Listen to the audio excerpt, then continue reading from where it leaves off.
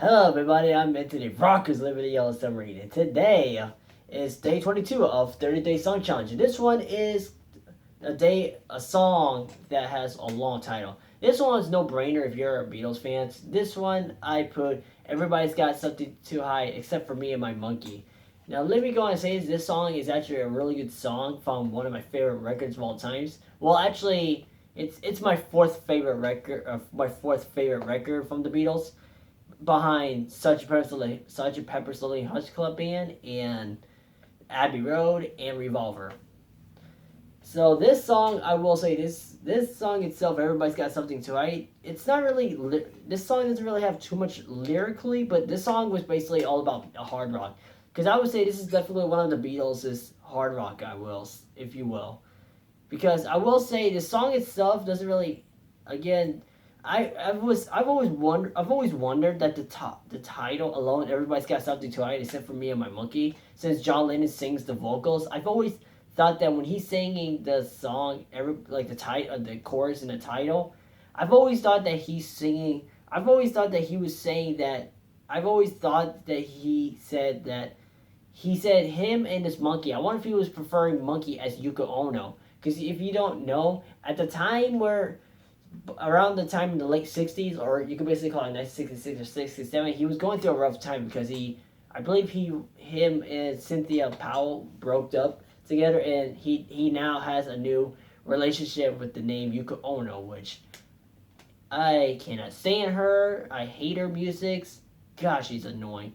I mean, the only compliment I will give to Yuko Ono is that I will say she is definitely a great wife for him, I will say. Because, I mean, think about it. At the time, John Lennon's parents died at the time he was alive. So he didn't even have anyone to comfort except for Yuko Ono, which I'm so glad that she stuck with him around when he was alive. That's the only compliment I will give to her. But back to the song. This song, the chorus, I like the chorus. I love that intro, even though it's a simple riff, but the intro sounds pretty interesting with that interesting electric guitar riff. Bam, bam, and especially not only the electric guitar is very memorable, and especially the drums is very memorable by Ringo. Ringo is one of my favorite drummers of all times. And the chorus, I will say, the chorus guitar riff, I will say, is really good too. It's not really my favorite song on this record personally.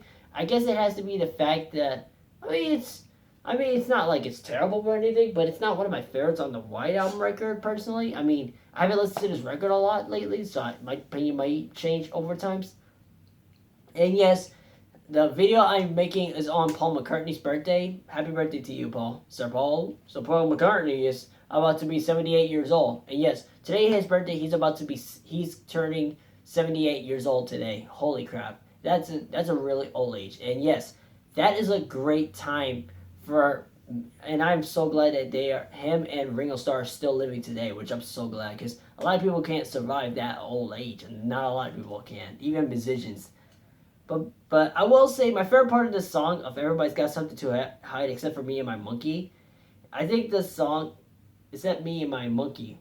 My favorite part of this song has got to be almost at the end where it goes to that awesome, like I can't call it dirt, but that, you know what I'm talking about,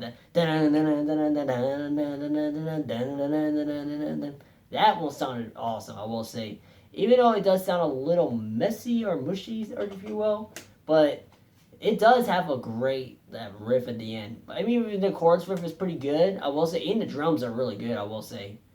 As always by Ringo, I love his drumming, especially from electric guitar. I believe that was George Harrison, I could be wrong.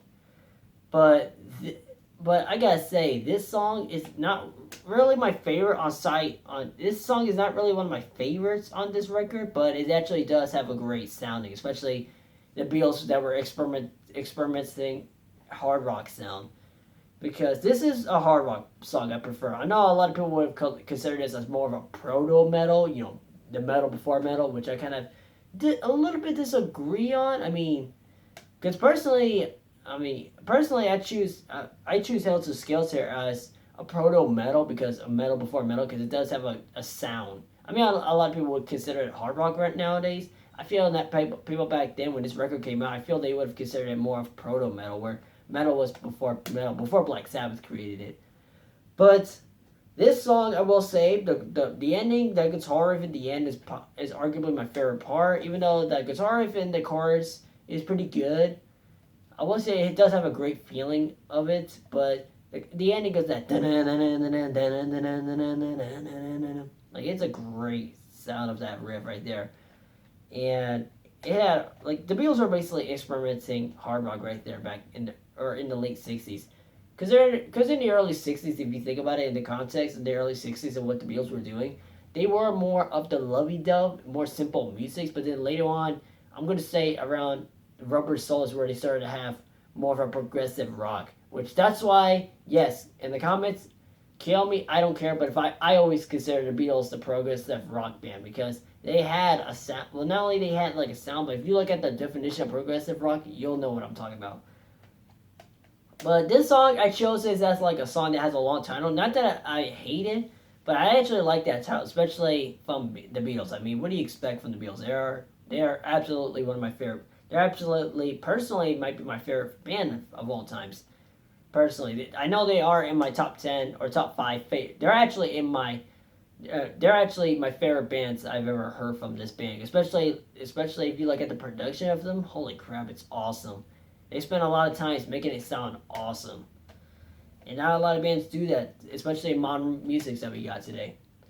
And if you guys enjoyed the video, let me know in the comments down below what song title that is long. Let me know in the comments down below what song would you choose that has a long title. So if you guys enjoyed the video, like, comment, subscribe, share this video with your friends and family. Like, comment, or I was about to say like again. Tap the bell for notifications to go directly to that video.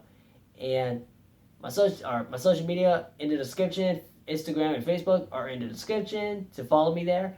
And I will see you in the next video. Change the world. Peace and love. And also, keep headbanging. And by the way, this is a happy birthday celebration to you, Sir Paul McCartney. Thank you for the music that you've made over the years. And I'm still going to keep listening to you recent to this very day. And hope you have a good birthday. Like the song, Happy birthday to you. Oh, such a good song. That might be one of my favorite songs on this record, personally. That birthday song that starts with side 3, I believe. Yeah, side 3. This is actually one of my favorite songs on the White Album. It's that birthday song. Happy birthday to you. Oh, such a good song. It's more of a hard rock right there. It's such a good song. Highly recommend you to listen to the Beatles, especially this record, because it's so iconic to me at this point. I don't care what anyone says. Oh, for the most part, yeah, I disagree. Because yeah, Revolution Number 9 is weird, but that's the point of experimentation with, especially the way to tape records. But off topic. Happy birthday, Paul McCartney. I'm so glad that I'm so glad that you're taking care of yourself, especially around this time of this season. Oh, okay. Keep headbanging. Yeah.